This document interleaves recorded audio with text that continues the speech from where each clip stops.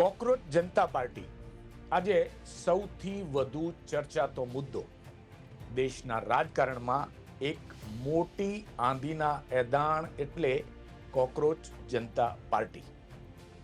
ત્યારે આજે ખેડૂત પોથી પર અમે એક એનાલિસિસ સાથે તમને જાણવી ગમે તેવી તમામ માહિતી લઈને આવ્યા છીએ, કારણ કે બધાના મનમાં અનેક સવાલો છે. આ સવાલો એવા છે કે શું છે કોકરોચ જનતા પાર્ટી, તેનો ઉદ્ભવ કેવી રીતે થયો, અત્યારે તેના કેટલા ફોલોવર્સ, તેને કોણ રન કરે છે, દેશમાં રાજ્યો વાઇઝ શું સ્થિતિ છે, અચાનક ઉઠેલી આ આગ બદલાવની આંધી બની શકે ખરી, શું આંદોલનથી બદલાવ આવી શકે ખરો, દેશમાં આ પહેલા ક્યારેય આવા આંદોલનો થયા છે ખરા કે જેનાથી સરકારોએ જવું પડ્યું હોય. સાથે ગુજરાતમાં પણ એક આવું ઝેન્ઝી આંદોલન થયું હતું, એ શું હતું? અને સૌથી મહત્વનો અને સળગતો સવાલ, શું આ આંદોલનથી કોઈ ફરક પડવાનો ખરો?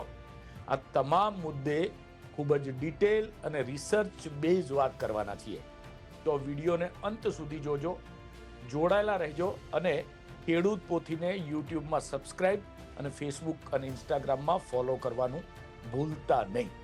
તો ચાલો વિડીયોની શરૂઆત કરીએ. જય ખેડૂત સમાજ, ખેડૂત ભાઈઓ, હું છું આપનો ખેડૂત મિત્ર વિનોદ.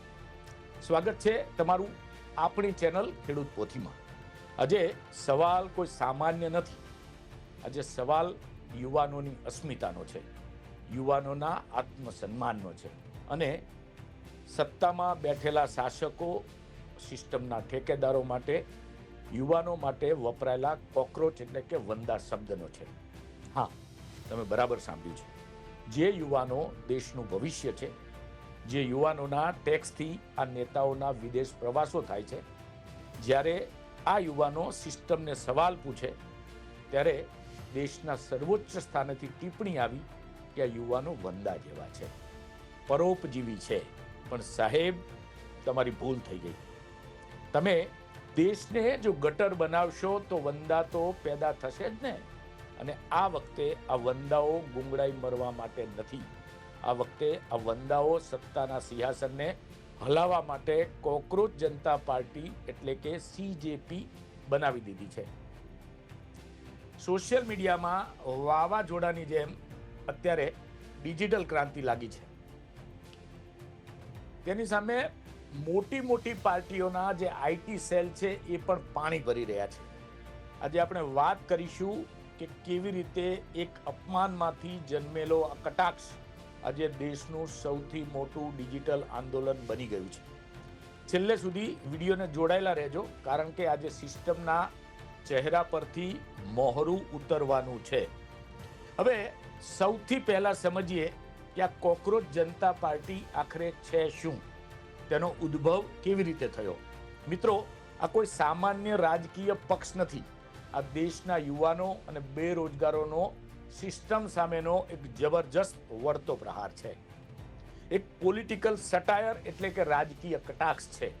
તેની શરૂઆત થઈ 15 મે 2026. સુપ્રીમ કોર્ટમાં એક સુનાવણી દરમિયાન ચીફ જસ્ટિસ તરફથી કથિત રીતે બેરોજગાર યુવાનો અને સોશિયલ મીડિયા એક્ટિવિસ્ટ માટે કોકરોચ એટલે કે વંદા અને પેરાસાઇટ એટલે કે પરોપજીવી જેવા શબ્દો વાપરવામાં આવ્યા. જો કે બાદમાં સ્પષ્ટતા કરવામાં આવી કે આ ટિપ્પણી નકલી ડિગ્રીવાળાઓ માટે હતી, પણ ત્યાં સુધીમાં તો દેશના જાગૃત યુવાનોના દિલ પર ઘા વાગી ચૂક્યો હતો. ગુસ્સો ઠાલવવાના બદલે દેશના ઝેન્ઝી એટલે કે આજની પેઢીએ કમાલ કરી નાખી. અભિજીત દીપકે નામના એક 30 વર્ષના ભારતીય યુવાન જે બોસ્ટન યુનિવર્સિટીમાં પબ્લિક રિલેશન્સનો અભ્યાસ કરે છે અને અગાઉ આમ આદમી પાર્ટીની સોશિયલ મીડિયા ટીમમાં વોલન્ટિયર પણ રહી ચૂક્યો છે. તેણે 16 મેના રોજ મજાકમાં એક ગૂગલ ફોર્મ બહાર પાડીને કોકરોચ જનતા પાર્ટીની જાહેરાત કરી અને tagline rakhi voice of the lazy and unemployed એટલે કે આળસુ અને બેરોજગારોનો અવાજ. હવે મહત્વની વાત કરીએ કે આ જે કોકરોચ જનતા પાર્ટી છે તેની અત્યારની સ્થિતિ શું છે. તો શું સ્થિતિ છે તમને ખબર છે? જે પક્ષ પાસે કરોડોનું ફંડ નથી કે કોઈ ઓફિસ નથી, તેણે માત્ર ગણતરીના કલાકોમાં ઇતિહાસ રચી દીધો છે. આજે ઇન્સ્ટાગ્રામ પર આ પાર્ટીના 1 કરોડ એટલે કે 10 મિલિયનથી વધુ ફોલોઅર થઈ ચૂક્યા છે. લાખો લોકોએ ગૂગલ ફોર્મ ભરી સભ્યપદ મેળવી લીધું છે. વિપક્ષના મોટા નેતાઓ જેવા કે મહુઆ મોહિત્રા અને કીર્તિ આઝાદ પણ આના સમર્થનમાં આવી ગયા છે. આ આંકડો બતાવે છે કે દેશના યુવાનોના દિલમાં કેટલી નફરત અને આક્રોશ સરકાર માટે છે. હવે સવાલ એ થાય કે દેશમાં અને રાજ્યોમાં આ સીજેપી એટલે કે કોકરોચ જનતા પાર્ટીની શું સ્થિતિ છે અને શું આ અચાનક ઉઠેલી બદલાવની આગ પરિણામ લાવી શકશે ખરા?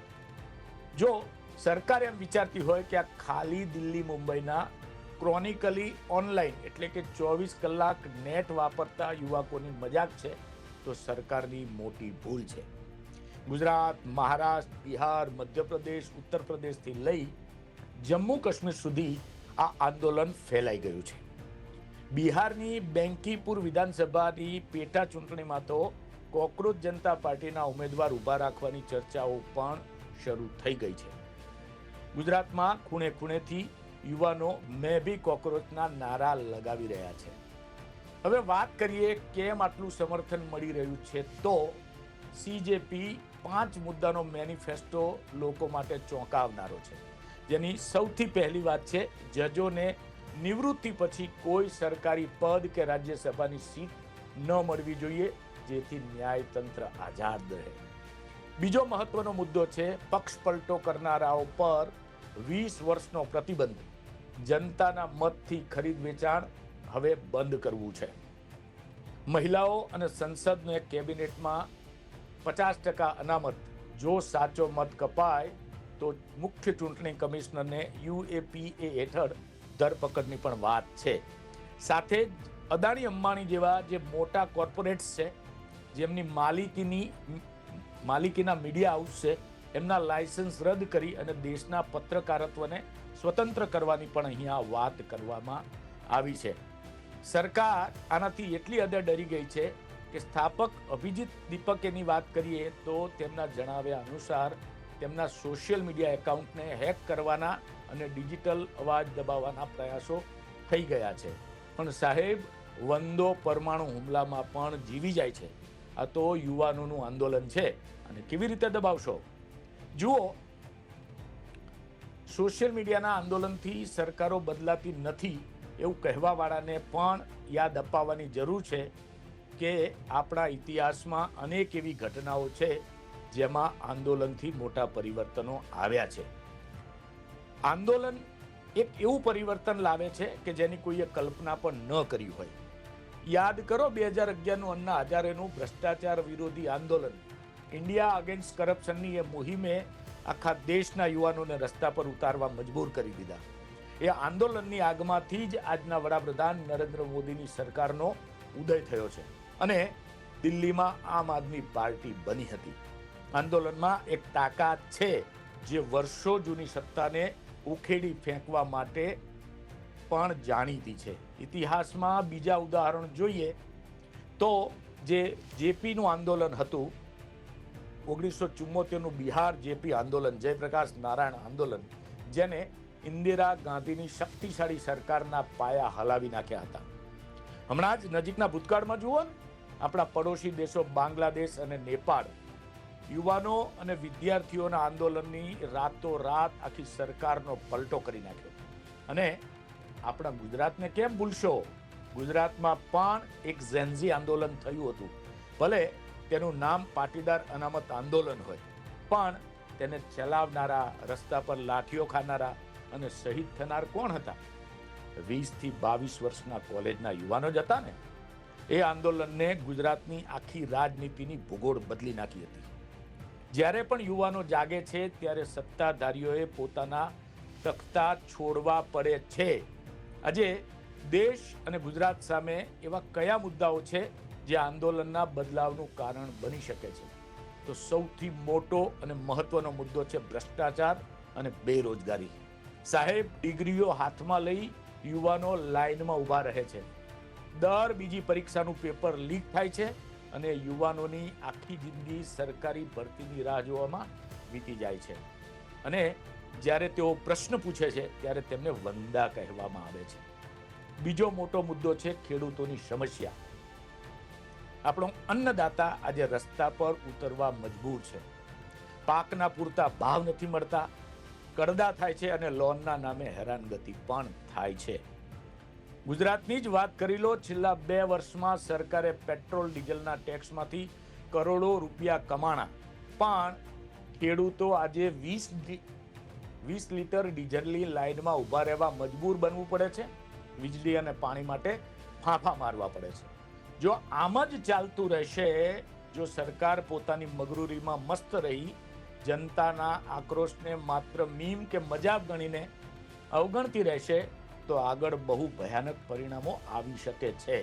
આ બદલાવની આગ જો એકવાર ડિજિટલ સ્ક્રીન પરથી ઉતરી રસ્તા ઉપર ઉતરી ગઈ તો અભૂતપૂર્વ જન આક્રોશ ફાટી નીકળશે, જેને સંભાળવો સરકારના વશની વાત નહીં હોય. તો આ લડાઈ હવે કોઈ એક વ્યક્તિની નથી, આ લડાઈ આપણી વ્યવસ્થાને સાફ કરવાની છે. જો સવાલો પૂછવો ગુનો છે અને જો રોજગાર માંગવો પાપ છે, તો આ સિસ્ટમની નજરમાં એ યુવાનો વંદા છે. તો પછી એ યુવાઓ ગર્વથી કહેશે, હા, હું પણ કોકરૂચ છું. કારણ કે વંદો એ જીવ છે જે ગમે તેવી મુશ્કેલ પરિસ્થિતિમાં હાર નથી માનતો, તે સર્વાઈવર છે. અને એટલે જ કદાચ યુવાનો કહેતા હશે કે હવે સમય આવી ગયો છે સત્તાના નશામાં ચૂર નેતાઓને જગાડવાનો. એક વાત તો ચોક્કસ છે કે બુલંદ બનેલા મેં ભી કોકરોચના નાદે ગાંધીનગરથી લઈ દિલ્હીના એસી રૂમમાં બેઠેલા શાસકોની ઊંઘ ઉડાડી દીધી હશે. તમારો આ વિશે શું અભિપ્રાય છે? કોમેન્ટમાં જરૂર લખજો. શું તમને પણ લાગે છે કે સીજેપીમાં એ તાકાત છે અને તમે પણ સીજેપીમાં જોડાવા માંગો છો? તો પણ કોમેન્ટ બોક્સમાં લખજો. ખેડૂત પોથીની ચેનલને લાઇક, શેર અને સબસ્ક્રાઇબ કરવાનું ભૂલતા નહીં. ફરી મળીશું આવા જ કોઈ મુદ્દા સાથે.